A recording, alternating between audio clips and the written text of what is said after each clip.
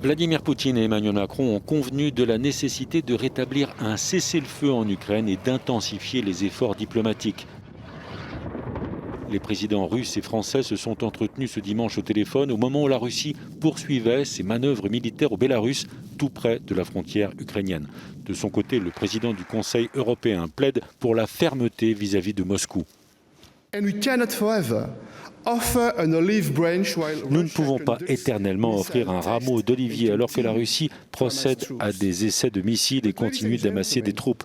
Mais mesdames et messieurs, une chose est certaine, en cas de nouvelle agression militaire, nous réagirons par des sanctions massives et le coût pour la Russie doit être et sera sévère. Mais soyons francs, il y aura également un coût pour nous en Europe.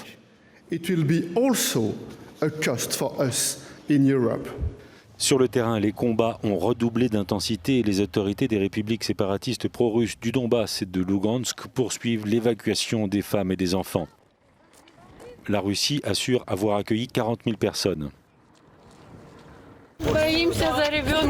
On a eu peur pour notre enfant, on a entendu des bombardements, alors on est parti.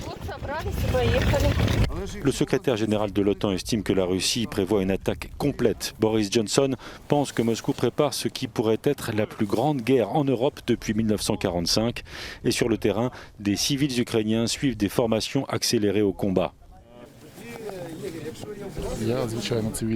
Jusqu'à avant-hier, j'étais civil. Hier, j'ai signé un contrat avec la Défense pour être de réserve pour les 3 années à venir.